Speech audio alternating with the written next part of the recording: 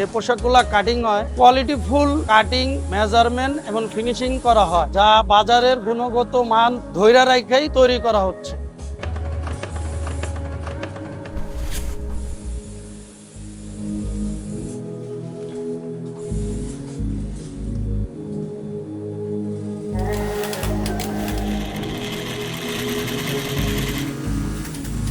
প্রত্যেকটা সেলাই কোয়ালিটি ঠিক রাখার জন্য এক্সপার্ট কিউসি দ্বারা প্রত্যেকটা ধাপ মনিটরিং করা হয়।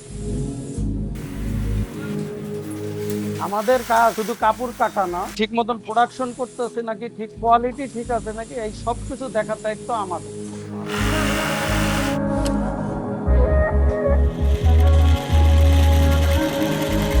সেলাই করার সময় প্রত্যেকটা সেলাই যত্ন সহকারে করি যাতে কাস্টমার পরে আরাম পায়।